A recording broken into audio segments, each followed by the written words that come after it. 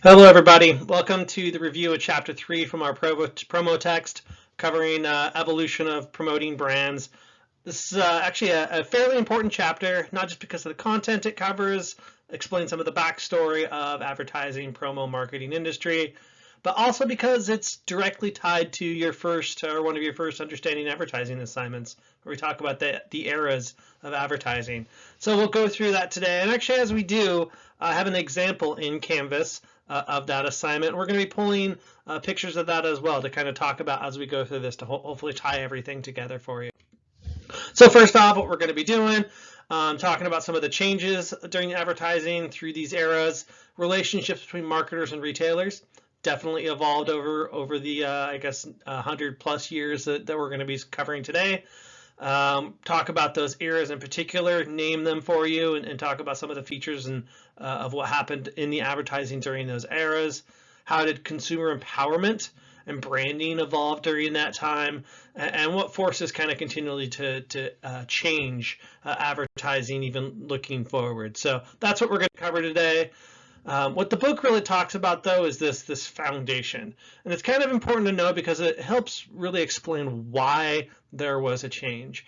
So first off, capitalism. This idea that here in the US, we live in this free enterprise where people can go out and sell things and make money and keep that money and grow their businesses. Having that ability for capitalism inside our economy has been key to the growth of advertising, to business and marketing in general.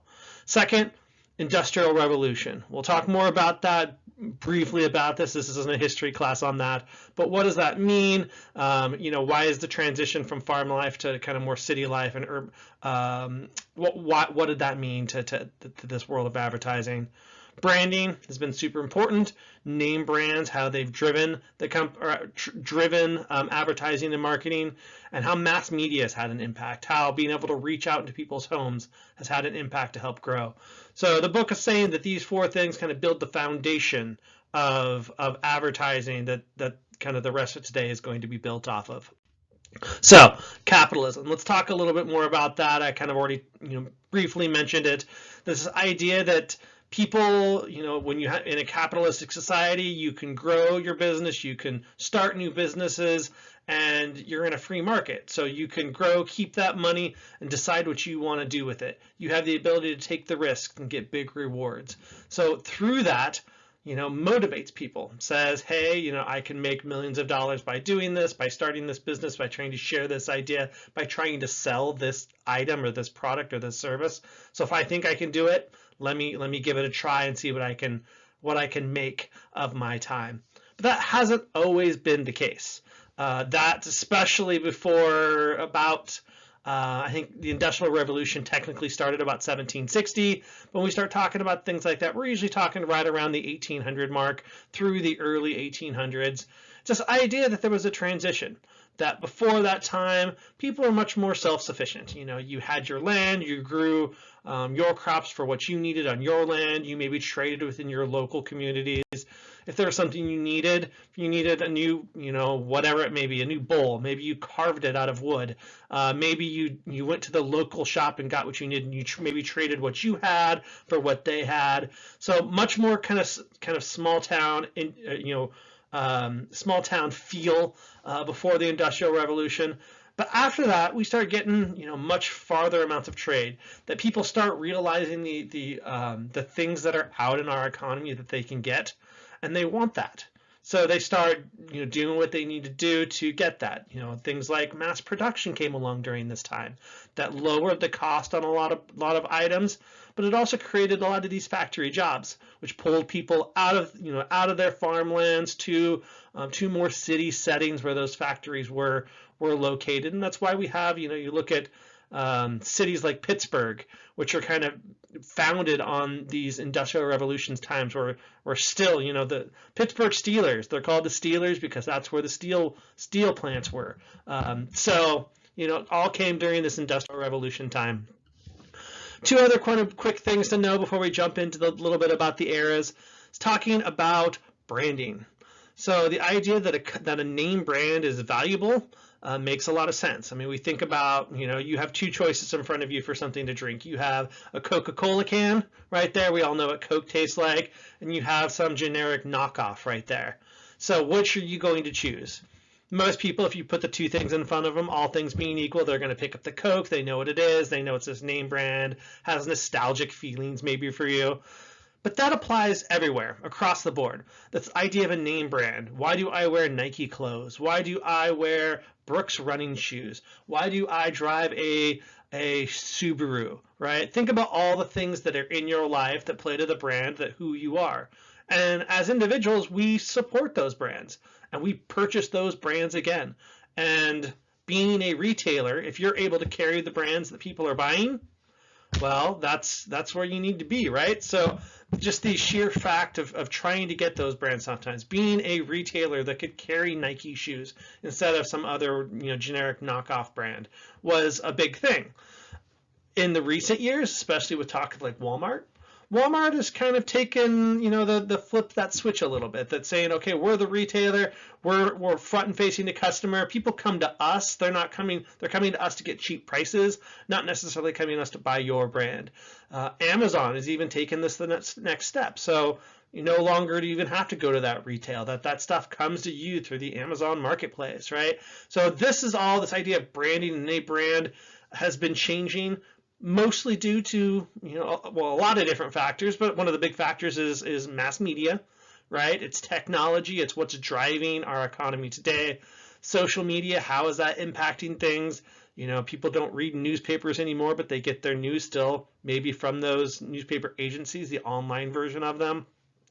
Things like social media accounts have definitely taken the place, especially in the world of advertising. We'll get to the last little bit here in the last few eras, and we'll talk about that a little bit more. Here's the timeline that we're talking about. So when we're talking for your assignment, really what you're going to be focusing on is in the industrialization age. So post-industrial revolution, right around the 1800 time, all the way to what we're calling the empowerment age of today. We're going to cover all the steps in between, and when you guys you're going to basically go out and try and hunt examples of advertising during these periods. So your assignment is you'll pick an industry. For the examples we're going to talk about today, I believe it's the cosmetics industry. That someone out there said, okay, what does cosmetic ads look like during the industrialization? What do they look like during the Great Depression? And you can kind of see the evolution of that.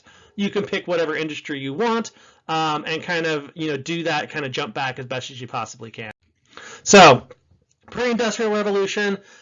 We talked about this already, much more agriculture and how they looked, and because of that, this idea that ad really didn't exist.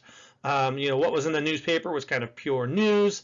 There wasn't the ads filtered in through it that we know of today, and that kind of a little bit started during that industrialization era. So we're defining it here, 1800 to 1875.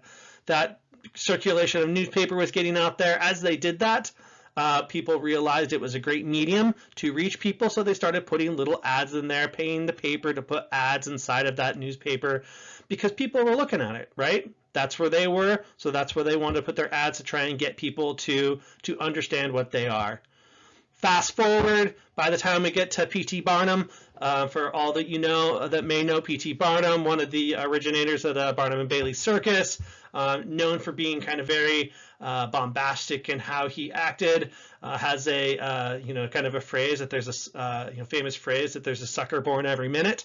I mean, that's kind of what we're talking right now. So we go from introducing this to taking it up a step. With the P.T. Barnum era, that things get a little bit more elaborate, often become false or misleading statements during this era as well. You start talking about things, you'll hear old adages about like snake oil salesmen trying to sell snake oil to make people get healthy, where all of it may actually hurt you if you drink it, but they're telling you it's great for you. So that happened during this era as well. So what does that look like? So industrialization, those first kind of newspaper ads, pretty basic.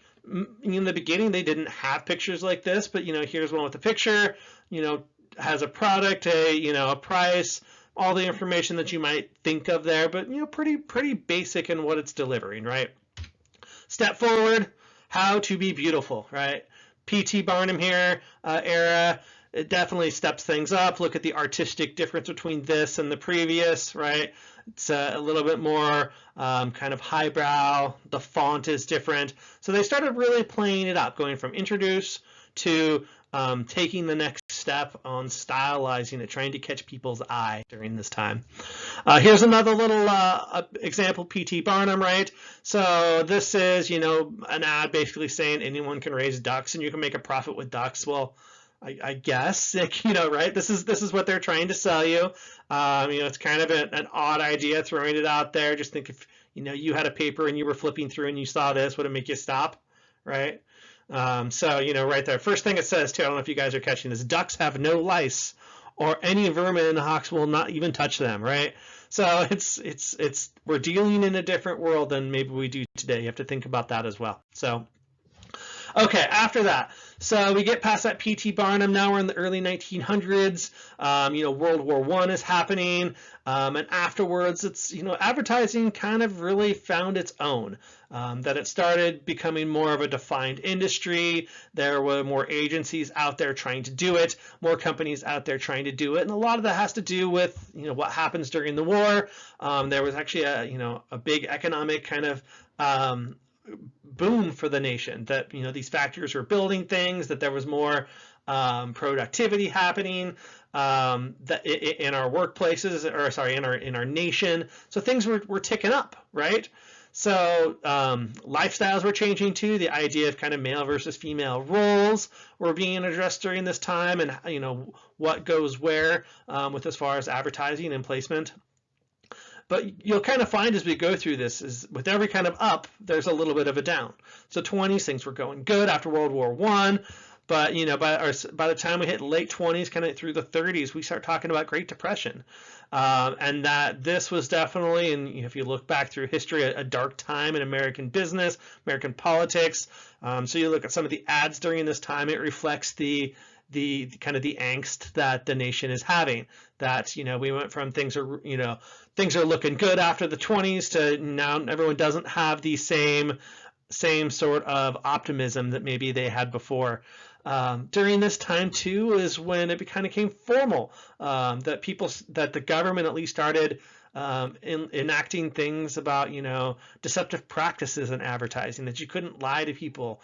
We'll talk about the cigarette industry, I guess, here in a second, but during this time, 20s, 30s, 40s, they were talking about the health benefits of cigarettes, and as we all know, that's not exactly healthy for you. And as we go forward, we'll address that a little bit more. By the 60s, we started getting some major changes in that. So examples of it: 20s. Notice how this is different than the P.T. Barnum, much more stylized, right? Start adding that color in there, cool fonts, this idea of kind of beauty and trendy, really kind of elaborate itself in here, that the glamour of the era. That's why I'm a little happy, as I sit here today. It's January 13th, 2020. So, we're back in the roaring 20s again right now. So 100 years later, we're having this conversation. Kind of put that against Great Depression advertising here, right? Still you have some of that style, but maybe it has a little bit of a darker edge to it, right? So it's still out there, still advertising, still trying to get it done, but often the things in this time had a little bit more of an edge to them. Here's another example though of 20s. So we start the evolution of what was it like to be an American household during this time, right? Here's 20s. They're talking about plumbing fixtures, and this is the perfect family kind of view right here, right? This is the family, obviously, that that we're talking about a time when indoor plumbing may not be the norm. So this idea that's perfect plumbing there, that they're weighing their baby, implies that it's a healthy weight. So there's a lot of stuff that kind of goes into this ad, and you don't necessarily just think about, okay, the plumbing that's there. It's talking about the social norms of the people in that ad. Okay, stepping forward, World War II, kind of the next big global event that happened. had a huge impact on the world of marketing, the world of advertising. First off, everything during this period, even World War II, like as the war was happening, all the way through after the war, it tended to be, a lot of the advertising still had to do with the war. That it had to do with these people that, were over in Europe, that discovered certain things while over there, things like coffee, right? Coffee may or may not have been a part of your life before, but you go over, you're in the war, you're in Europe, tea and coffee, you're in that landscape. So it became kind of a part of what you did. You brought it back with you. So now you're looking at those ads that maybe have some connection to that. World War II, after World War II, this is when people come back to and they really start trying to internalize the creative aspect of advertising. So I don't know if you guys all know, but there's a TV series, I believe it's on AMC, called Mad Men. Creative revolution here is also called the Mad Men era. And Mad Men, it's kind of synonymous with Ad Men. It's where it started, but they were mad because they were coming up with new ideas and trying to pitch them and trying to be really creative in how they did that. So we go from we're kind of back up here again, right? So that Depression era, we were down, we're coming through our war, things are going good again, and then we start getting really creative again through this Mad Men era. So, wartime advertising. I said a lot of it draws back to being in the military. This is perhaps one of the most famous ads of all time, right? Rosie the Riveter, we can do it. This was actually put out by the U.S. government to get, because all the men were over at war, trying to get, women here in the States to kind of step up, take pride in what they're doing, help out with the things like factories, where, a lot of those workers were now, soldiers over in another country. So if you start looking through this ad this time, you're going to see a lot of this draw to the military during the World War II and just after World War II. As far as our kind of examples here, post-World War II, in the makeup industry, we start seeing a little bit of color, a little bit more style. There's definitely a kind of uptick in just kind of the funness factor of what you're seeing in front of you. That there's, color put in all this, big smiles that go along with during this time. And by the time we get to the 70s, the 60s and this creative, into the early 70s, we start getting more of what we think about like our advertising lifestyle today. We see here CoverGirl, right? The idea of like the beginnings of this idea of like supermodels or influencers that were in front of magazines that made a lot of choices, or presented a lot of the items, the clothes, the makeup, the food, the whatever it might be in front of us inside those magazines. Because at this point, magazines, newspapers, still by far the largest percentage of mass media that people are taking in. During this 50s too, kind of World War II into Mad Men era, the creative area, this idea of sex appeal. It really started to take hold. Kind of the culture before this time said that this is having a woman in her underwear here, even though it may not be a picture, it's a drawing. That was something we were not going to show. By this kind of end of World War II through 50s, through the 60s into 70s, this became much more accepted in advertising. Which leads us to the 70s and then the designer eras of the 80s. So we were up. Once again, with every up, there tends to be a down. So we talk about 70s as that little bit of a down. That the economy wasn't doing as well. That there was a lot of change, a lot of strife going on in our economy. So things were slowing down. Inflation was really high. So the idea that people just didn't have as much to spend. So the ads tended to pull back into the necessities that people needed, and not necessarily the extravagant things. So we go into the 80s though. We start talking about Reagan, politics, all that, the growth that happened in that designer era, and we start ticking back up. By the time we get to the designer era of the 80s, the idea of like this full-fledged cover girl, like supermodel, especially in the makeup industry that we're talking about here, full effect. So what does the 70s ads look like, right? So we start seeing a little bit more diversity. We start seeing a lot more equality between men and women and how they're portrayed in some of the ads, that there's a lot more vibrant color being played into those ads. takes us into the 80s, and we start getting really kind of not modern. So even in the 70s, you look at these people, these may be, you know, me and you, right? But by the time you get to the 80s, neither of these pictures on the Vogue here or the other one are most of us, right? These are the ideal kind of versions of people, this supermodel kind of extravagance that goes along with a lot of the advertising during the 80s and through the early 90s.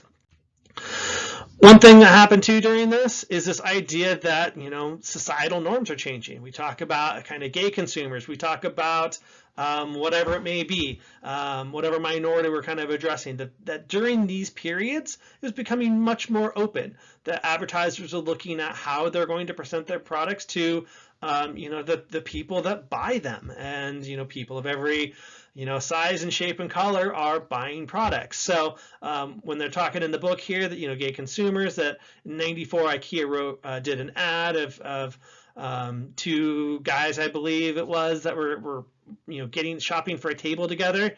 Very, very, very controversial for the time. And, you know, we all think about, you know, Ellen DeGeneres now, right? She's, you know, Dory in Finding Nemo. She has her own talk show. She's hosting awards, all that kind of thing. But this is about the time that she was getting fired from her sitcom for coming out during that time. So, you know, the sensibilities of the culture is changing during this 80s through the 90s, and, you know, it's still changing today. So I don't claim to be that it's not changing in that way either. So e-revolution. By the time we get to the 90s, we start talking about things like the internet. This time, you know, people are stopped, you know, reading magazines a little bit. Newspapers are not getting them. So people said advertising's dead, that we don't need to put those ads in there. But the truth is, it was just changing.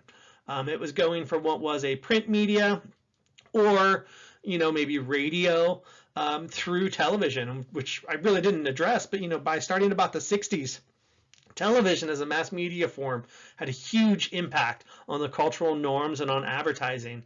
You know, just kind of the spirit of how that was all put together as well. So e-revolution, start getting the online things, like companies having websites to share information about to you, was a huge next tick up in the advertising. And we also see, I don't know if anyone's lived through the 90s here, but this idea of color.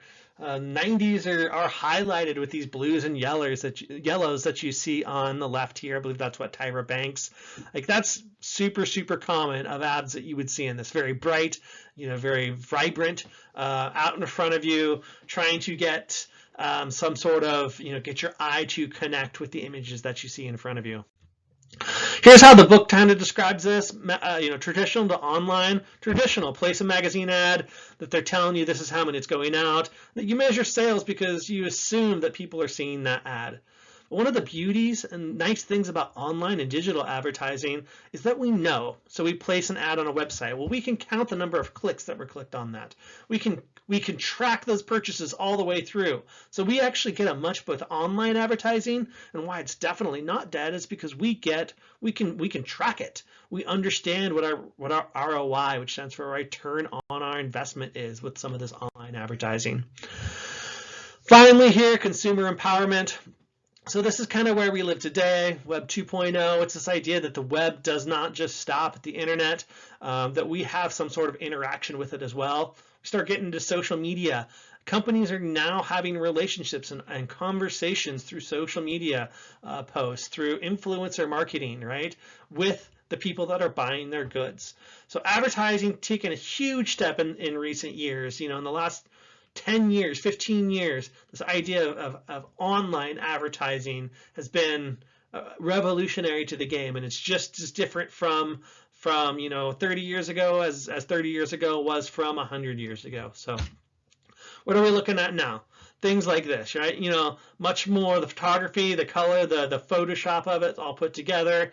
What this doesn't show is the video, right? So if I were actually to give a good example of empowerment area, it's probably going to be video and not just this. The idea of a review, right?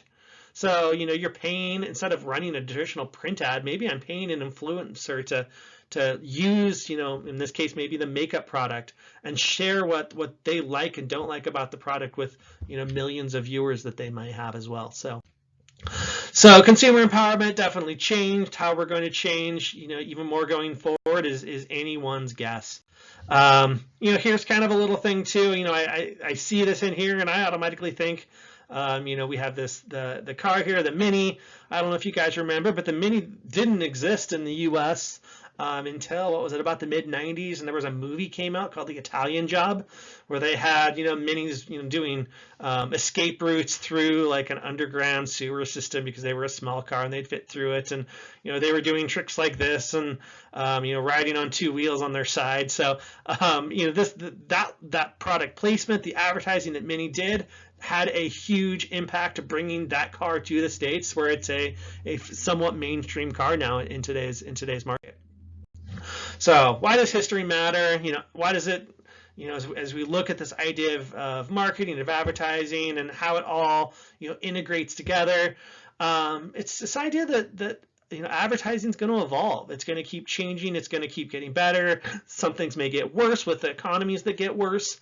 So, the idea is as an advertiser, you need to try and stay ahead of it. You need to look at what trends are in the future and understand what your product is, what's your price, where do you put it, where's the place, and what kind of promos are you going to be doing, that promotional mix, that marketing mix, how is it going to influence what you're doing.